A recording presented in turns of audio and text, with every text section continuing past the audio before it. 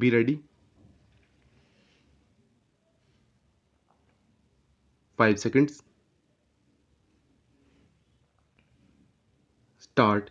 Sir, I have had the opportunity of going through the performance budget which was presented to the House by various ministers.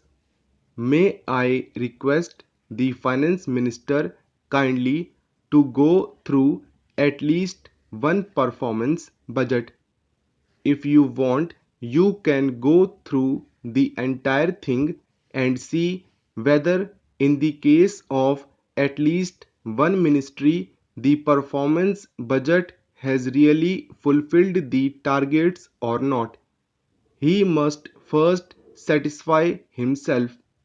I, for one, at least can say that it does not give any correct idea as to what are the physical targets which they have set for themselves and how they are going to be answerable to the Parliament next year when the budget is presented. If we have to compare the performance budget of next year with last year's budget, the members of parliament should be in a position to find out as to whether they have been able to achieve the targets that they have set for themselves, and if they have not, they should find out which department has failed, where the things have gone wrong. At least we should be able to find out these things. Sir, the third point which we may bring to the notice of the Honorable Finance Minister as a matter of abundant precaution is about the infrastructural facilities which are very badly required if we really believe in industrial and agricultural growth. Here, the state electricity boards, the coal ministry, and the railway ministry have a coordination committee. But at the same time, greater attention will have to be paid to see that our production does not suffer because of the infrastructural facilities which are not coming up to the mark. That is the only apprehension left. If we are able to fulfill this expectation, if electricity becomes available to all the industries which are either existing or which are newly set up, agriculturists should also get power, which is very badly required. I am sure the production oriented budget which the Honorable Finance Minister presented to the House will be completely fulfilled, and there should be no difficulty about it. One or more point which I have to bring to the notice of this House are about the incentives which in fact are very badly required in the agricultural sector. It is not sufficient to give incentives only for the growth of industry. These are also essential for the agricultural sector, which has been requiring also. The support price suggested by the Agricultural Prices Commission normally is very much lower than the market price. Agriculturists, instead of getting remunerative price, are not able to recover even the cost of production.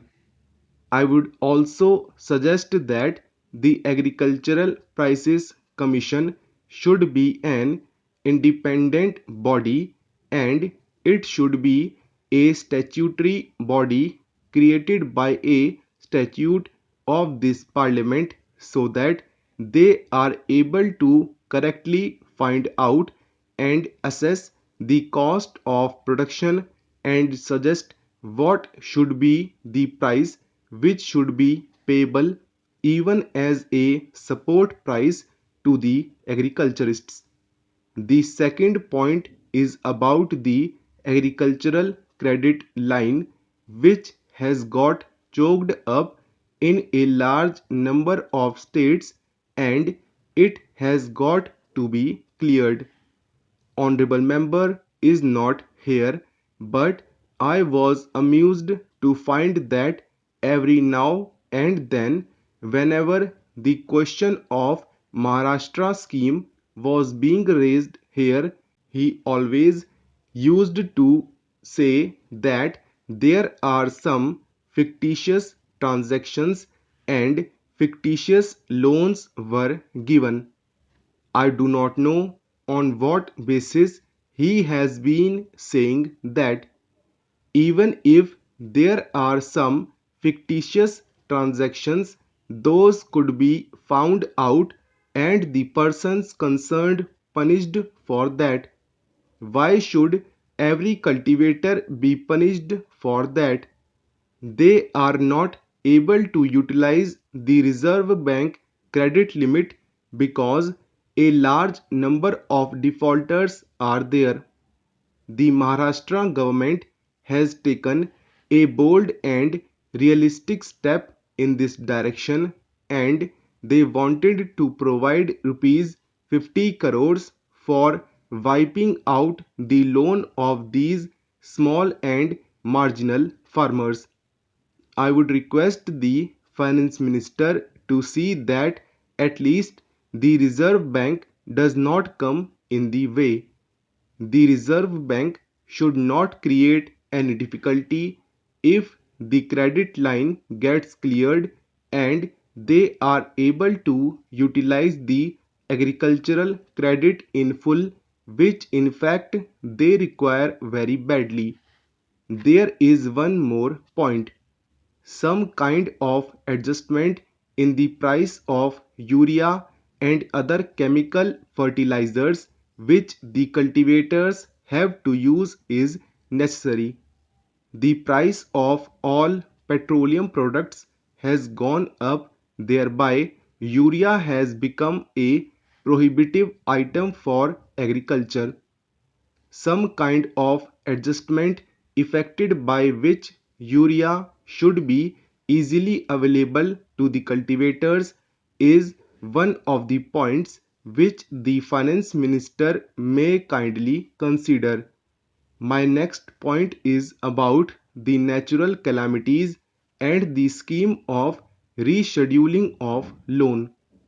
The finance minister is aware of the fact that rescheduling is not a concession to the cultivator at all. He is required to pay one-third installment of the loan which he has taken right at the start when the rescheduled cycle starts of the loan.